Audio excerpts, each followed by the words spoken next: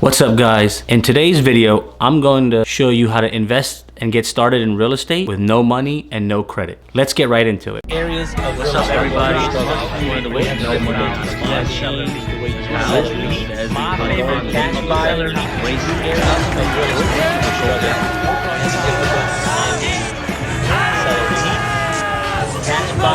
The first thing you're gonna need is a lead. A lead is someone who is willing to sell their home to you. So you're probably wondering, well, where do I get started? How do I find a lead? In my terminology, the way I run the business, first we have a prospect. Prospect is someone who we're going to reach out to, who could potentially be a customer of ours. Once you've made contact to them and they have expressed their interest to sell their home or property to you, now they've become a motivated lead. So where do we find these prospects? Where do we go? And how do we go about reaching out to them? Well, I'm gonna go over those two things in this video.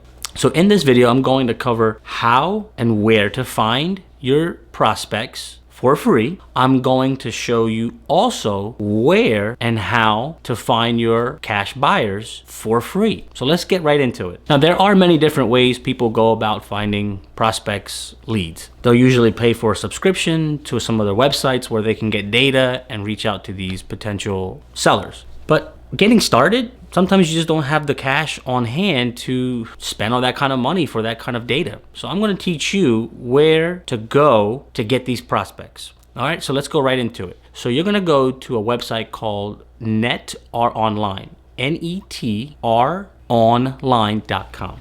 Once you get there, you're going to see some tabs, and I'm going to show you in this video as well. You're going to click on Public Records Online. Now, once you've clicked on that, there'll be another set of tabs. Click on Access Public Records Online. Now I'm going to use the state that I live in, so let's click on New Jersey. Now click on the county that you want to go find prospects. So I'm going to select Gloucester County in this example. Then scroll down and find where it says clerk/recorder, and then there will be a hyperlink that's underlined. It says go to data online. You want to click on that. Once you get to the records page, you want to search by, and it depends on how your county is set up. My county is set up a couple of different ways. You can search by document, by name, or a date range. In this example, I'm going to search by date. So I'm going to give it a range, about 90 days, right? That's what I'm picking in this example. So once you click that, then I click on advanced, and listen, my favorite list or prospects to go reach out to is tax liens. I found that has more meat on the bones. Here's why. Tax liens, homeowners in that situation, 9 out of 10 times, more than not, have already paid off their mortgage. So now they're only responsible for paying their taxes. So that's why when a homeowner does not pay their taxes, they go to a tax sale and end up on the tax liens list, which is what we're going to go look at. So in the advanced options, I've selected tax certificates, which is essentially tax liens. And then now let's hit search, and voila, there's a whole list of tax liens. Prospects, people who are delinquent, have not paid their taxes. Now there's a lien attached to their house. Some of these people are probably facing financial issues, so they are not able to afford to pay the taxes. Now let's just open one of these documents so you get an idea of kind of what it looks like. Your county may differ from mine, and that's perfectly fine. And if you have any issues of finding it, just put a comment below and I'll be more than happy to help you in your specific state and your specific county that you're looking for specific records.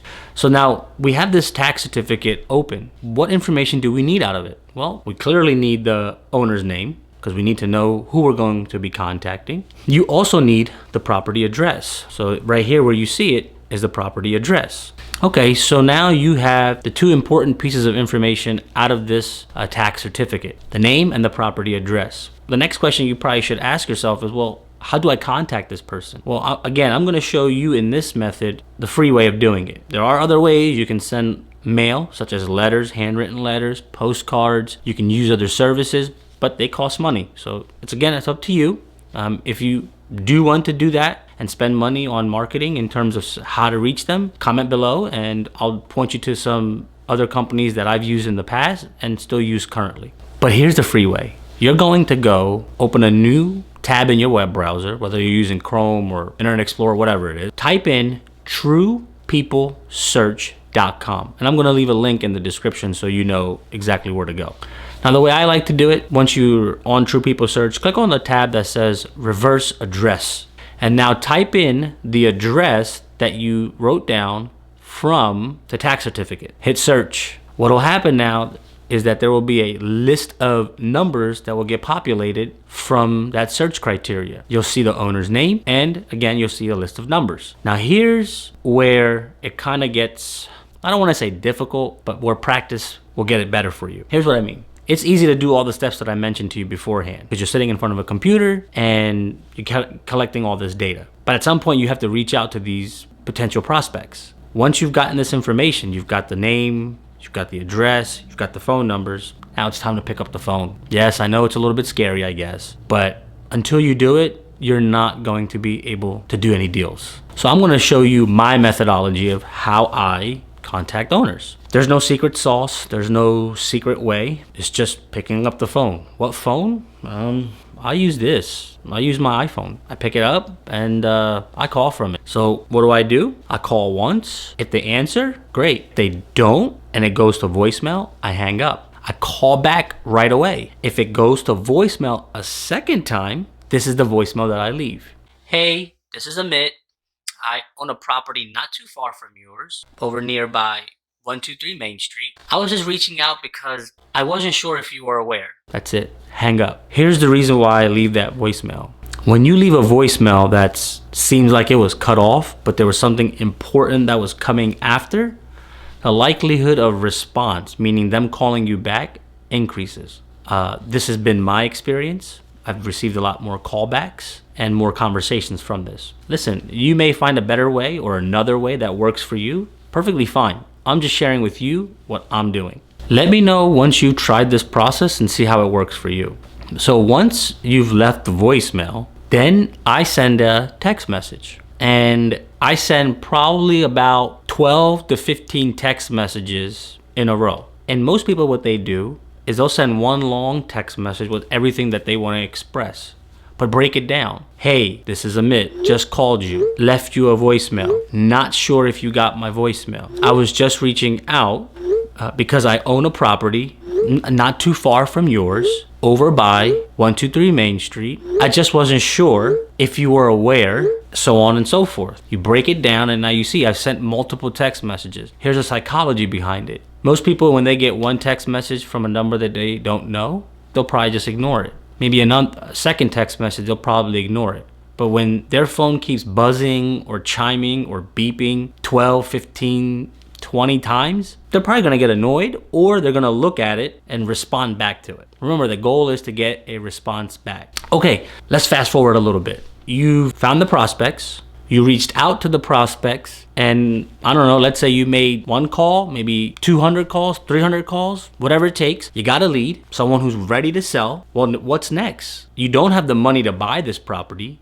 You don't have enough connections with private money lenders or hard money lenders, or maybe your credit's not there to go out and get a loan to buy this property. So you're gonna have to sell this property to someone else, another investor, for a higher price than what you locked it up at. So now, let me show you how to find cash buyers. So let's stay in public records. And now I'm going to show you how to find cash buyers, people who are actively buying deals in that area in your county. So in this example, we're going to stay with the date search, the date criteria. We'll keep it 90 days. So you'll find the most active buyers, people who are buying the most recently. Now, as far as document type, we're going to click on the advanced and we're going to select deed. Here's why. When an investor buys a property, the house gets deeded to the investor, which conveys that they own that property. Now, there's going to be a little bit of a heavy lifting here. Again, you're more than welcome to go pay for this and find cash buyers. But again, the goal of this video is to show you a free way of finding and doing deals. So now, once you've populated all of the deeds within the last 90 days, and there will be a bunch because, non-investors, just regular home buyers and sellers are doing transactions as well. So what you're going to do is essentially go through these documents and you're going to find when you click on each document who the buyer was. Most real estate companies in their business will have a name such as X Properties, X Investment, X Holdings, X Group, maybe an LLC at the end. So you're gonna look for those types of deeds where those names exist. Could be Darji Investments, LLC. So once you find that company's name, this is what I want you to do. Let's go back to the top and let's click on name search. Now, type in the company name or copy and paste it, and then we're going to hit search. That's a no date range, nothing, just the name of the company. And everything that they've done, everything that belongs to them, every type of transaction where they've sold a house, bought a property, whatever, is gonna populate. The type of document that we wanna look for under this company's name is a mortgage. Here's why. We want to find who owns or who is a member of this investment company. And a mortgage has to be signed by the borrower. So if a investment company, let's say they got a hard money loan and that hard money company put a mortgage upon that property so that the investor could buy it, they're gonna have to sign that mortgage and their name will be printed. So we're gonna open this document and likely in the first or second paragraph, it'll have the investment company's address. So now we got one piece. And if you go through the pages, usually towards the back, you will find the company owner or member's name. So now we got two informations that are very important. You got the investment company's address and you got the investment company owner's name, the actual name. So what are we gonna do here? We're gonna go back to True People Search, truepeoplesearch.com, and now we're going to search for the investment company. And you're gonna get their contact information and you're gonna give them a call. So what do you say when you give them a call? This is what I say. Again, listen, you can spin it however you want, but this just seems to work for me. Let's say the investor's name is Joe. Hey Joe, this is Amit. I noticed that you're buying in X area, and I believe I have a property that might fit your criteria. This is where you wanna pause, let them respond back. And then look, now the conversation is gonna go. This is not a robotic type of conversation. That's a one-liner to kind of break the ice and kind of get things going. At the end of the day, they are an investor. They want deals, so they're gonna listen. What you want to do is get their email address and send them the details of the deal that you have. So that's it, guys. This is the free way, with no money down, with no credit, how to do real estate deals. Please hit the like button if you found this video helpful, and definitely subscribe so you get notified for more upcoming videos. Go crush it, and again, I'm here if you need me.